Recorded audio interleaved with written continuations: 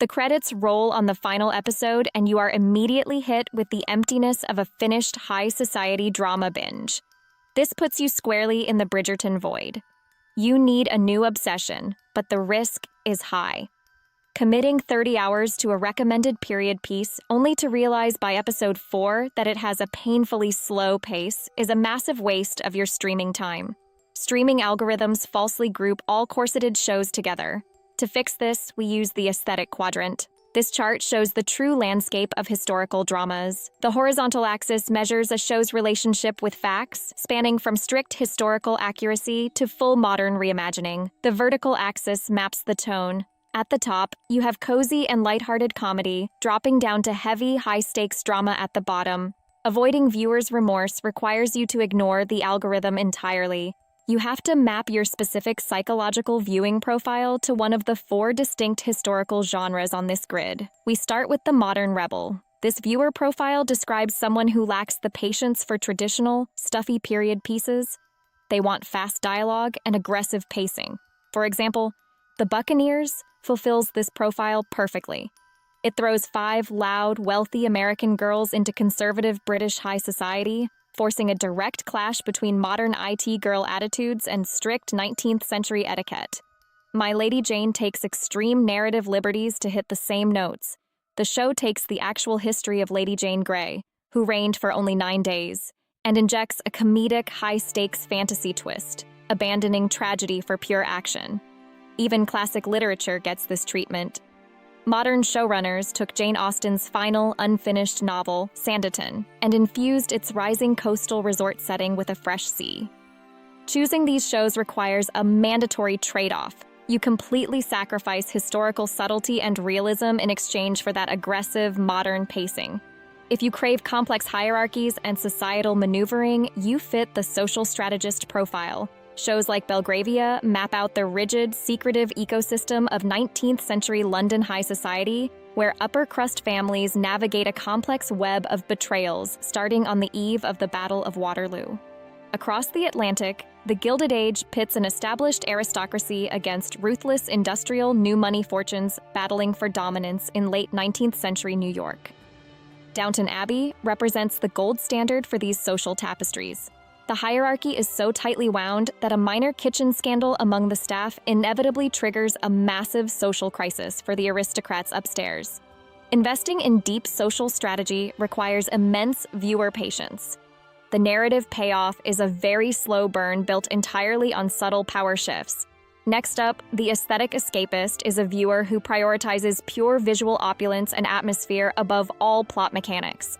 Marie Antoinette executes this perfectly. It operates as a masterpiece, using heavy pastel palettes and structural grandeur to capture the young queen's candy-colored isolation. Mrs. Harris Goes to Paris is a feel-good film centered entirely on the transformative magic of haute couture. A humble London housemaid risks everything to travel to Paris and buy a single designer dress. The film functions as a direct visual tribute to the historical legacy and singular aesthetic vision of the Dior fashion house. For a heavier visual experience, The Leopard offers an equally stunning look at aristocratic decay in 1860s Sicily, using cinematography to document old families struggling to survive a vanishing world.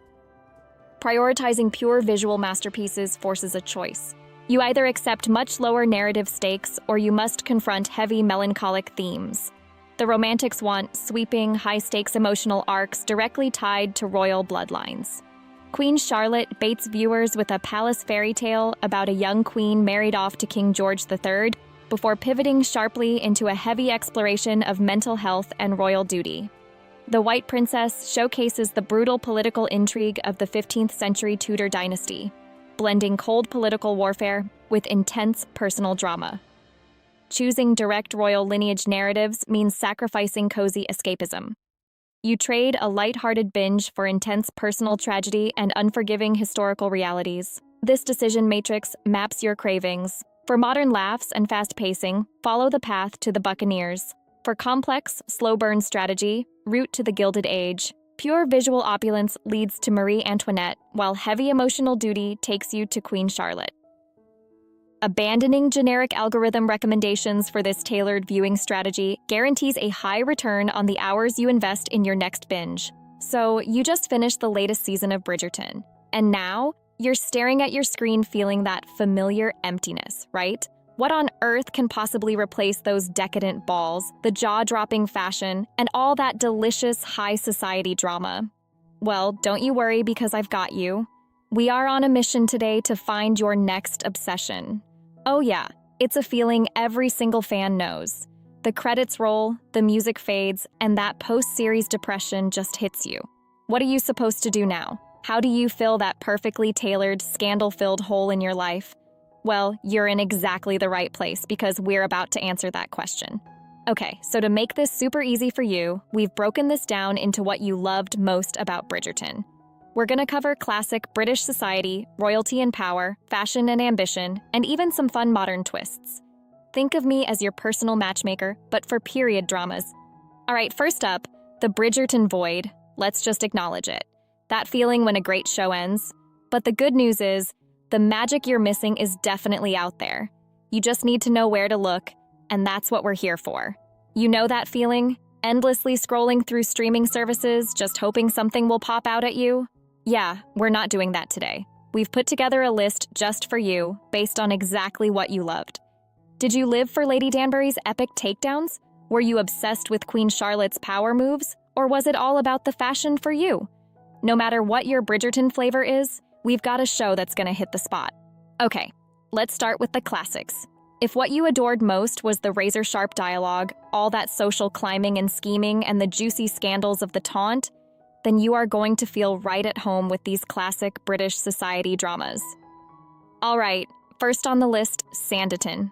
This is literally Jane Austen's final, unfinished novel brought to life. It's got all the romance and seaside drama you could ask for. Then, of course, there's Downton Abbey. I mean, it's the gold standard for a reason, right? And if you want a show that's built around one massive, decades-long secret that starts at the Battle of Waterloo, Belgravia is gonna have you hooked from minute one. And this really gets to the heart of why these shows are so good. It's this whole social tapestry where even the smallest kitchen scandal can spark a house-wide crisis. It's not just about the people upstairs. A tiny bit of gossip from downstairs can literally cause an earthquake in the drawing room. Everything and everyone is connected. Now, maybe you were less about the debutantes and more about the queen. If you were totally captivated by Queen Charlotte's court, the politics, and the insane pressure of wearing the crown, then get ready. This next category is all about royalty, power, and intrigue. You've got to check out The White Princess.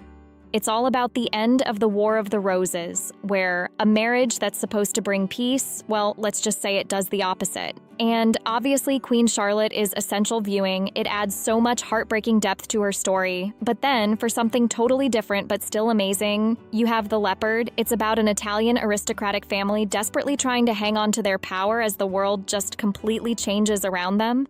It's stunning. But maybe for you, it was all about the visuals. The pure opulence. If that's what you're chasing, there is a film that is just on another level, a masterpiece. And it brings us to this idea of the candy-colored life.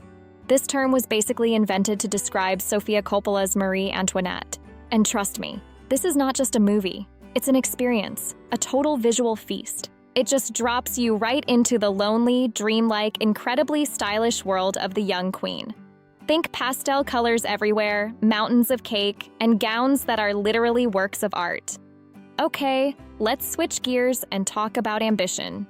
This next section is for anyone who loves that delicious conflict between high fashion, big money, and old school class. We're talking about worlds where social climbing is basically a full contact sport. And at the heart of this is the ultimate battle: old money versus new money. This is the central conflict of the Gilded Age. Seriously, if you got a kick out of watching Featherington's scramble to keep up, you are going to be obsessed with the drama in 19th century New York, where these new railroad tycoons with insane fortunes go to war with the old, established families, and you see this clashing worlds theme everywhere. In Mrs. Harris Goes to Paris, it's a humble cleaning lady with a dream taking on the super exclusive world of Dior.